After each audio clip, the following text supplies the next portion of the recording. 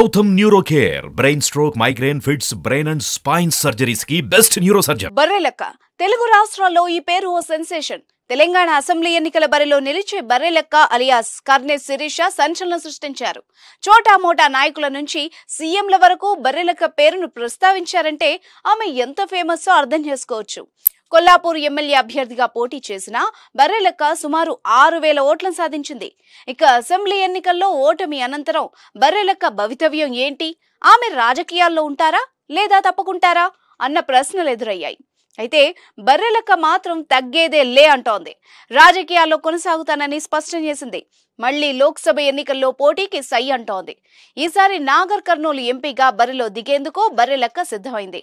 Assembly ఎన్నికల్లో వచ్చిన అనుభవాన్ని ఉపయోగించుకుని అడుగులేస్తానని అంటోంది.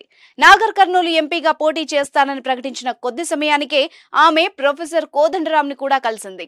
కోదండరాంతో సమావేశమైన బర్రెలెక్క టీఎస్పీఎస్సీ ద్వారా వేసిన నోటిఫికేషన్ ఆధారంగా వెంటనే పరీక్షలు నిర్వహించాలని, ఉద్యోగ నోటిఫికేషన్ల కోసం ప్రిపేర్ అయ్యే నిరుపేద నిరుద్యోగుల కోసం ఆయా ప్రాంతాల్లో ఉచితంగా కోచింగ్ సెంటర్లను ఏర్పాటు చేయాలని విజ్ఞప్తి చేసింది.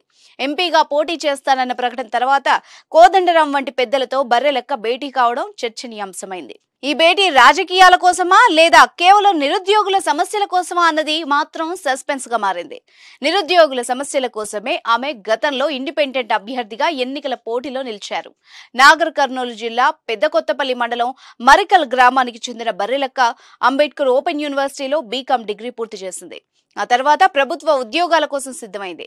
అయితే పేపర్ల లీకులు, కోర్టు కేసులు, పరీక్షలు వాయిదా పడ్డంతో నిరాశ చెంది ఓ వీడియో చేసింది. ఆ వీడియోనే శిరీషగా ఉన్న ఆమెను బర్రెలెక్కగా మార్చేసింది. ఓవర్ నైట్ లో బర్రెలెక్కగా పాపులర్ అయింది. సోషల్ మీడియాలో విపరీతమైన ఫాలోయింగ్ వచ్చింది. ప్రభుత్వానికి వ్యతిరేకంగా ఆ వీడియో చేయడంతో ఆమె కేసుల్ని కూడా ఎదుర్కోవాల్సి వచ్చింది. ఈ పరిణామాల మధ్యనే కొల్లాపూర్ నియోజకవర్గం నుంచి స్వతంత్ర అభ్యర్థిగా నామినేషన్ వేసి బరిలో నిలిచింది. ఈ ఎన్నికల్లో ఆమెకు ఊహించని మద్దతు లభించింది. తెలుగు రాష్ట్రాలతో పాటు దేశంలో బర్రెలెక్క పేరు మారుమోగిపోయింది. ఆమెకు నిరుద్యోగులు, యువతే కాకుండా రాజకీయ నాయకులు, మేధావులు, న్యాయ నిపుణులు మద్దతు పలికారు.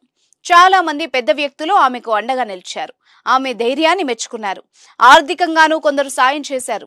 బర్రెలెక్క క్రేజ్ చూసి ప్రధాన రాజకీయ పార్టీలకు చెమటలు పట్టాయి. అయితే అసెంబ్లీ ఎన్నికల్లో మాత్రం ఓటమి చవి చూసింది. దీంతో రాజకీయాలకు బర్రెలెక్క దూరం అవుతారని ప్రచారం జరిగింది. కానీ బర్రెలెక్క మాత్రం వెనక్కు తగ్గేది లేదని చెప్తోంది. ఈసారి నాగర్ కర్నూలు ఎంపీగా విజయం సాధిస్తానని చెప్తోంది. మరి బర్రెలెక్క పార్లమెంట్ ఎలక్షన్స్ లో ఎలాంటి రిజల్ట్స్ అందుకుంటుందో చూడాలి.